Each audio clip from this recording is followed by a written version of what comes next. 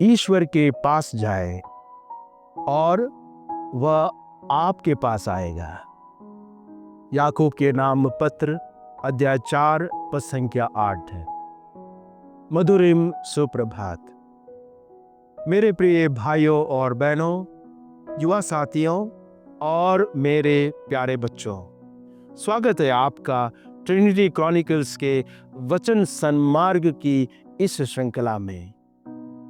आज का वचन आहार में एक महत्वपूर्ण आध्यात्मिक सच्चाई को दर्शाता है कि जब हम ईश्वर के करीब जाने की कोशिश करते हैं तो वह भी हमें अपने करीब लाता है।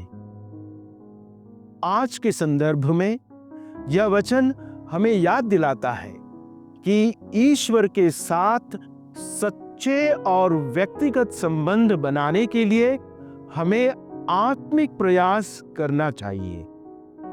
ज़करियस के ग्रंथ अध्याय 1 पद संख्या 3 में भी ईश्वर ने कहा है, मेरे पास लौट आओ तो मैं तुम्हारे पास लौट जाऊंगा, जो इस बात की पुष्टि करता है कि ईश्वर हमारा स्वागत करता है जब हम उसकी ओर वापस लौटते हैं। मत्ती रचित सुसमाचार अध्याय 7 पद संख्या 7 में यीशु ने भी यही कहा, तुम मांगो तो तुम्हें दिया जाएगा, जो इस बात की पुष्टि करता है कि ईश्वर हमारी तलाश और प्रयास का उत्तर देता है।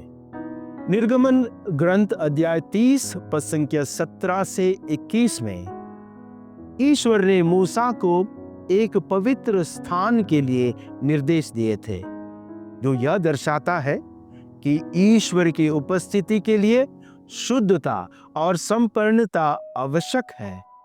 इसी प्रकार हमें भी अपने जीवन में ईश्वर की उपस्थिति को महसूस करने के लिए एक शुद्ध और ईमानदार प्रयास करना होता है।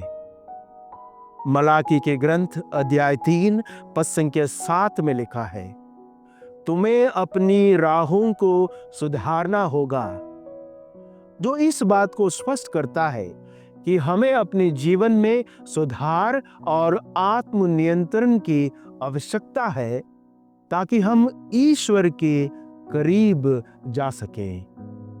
इसलिए हमें अपने आध्यात्मिक और दैनिक जीवन में ईश्वर की ओर बढ़ने की कोशिश करते रहना चाहिए और आशा रखना चाहिए कि ईश्वर हमारी खोज का उत्तर अवश्य देगा।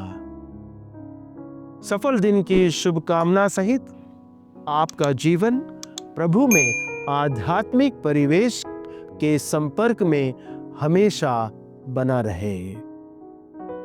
प्रभु आपको आशीर्वाद दे, हर बुराई से रक्षा करें और आपको अनंत जीवन के मार्ग पर ले चलें।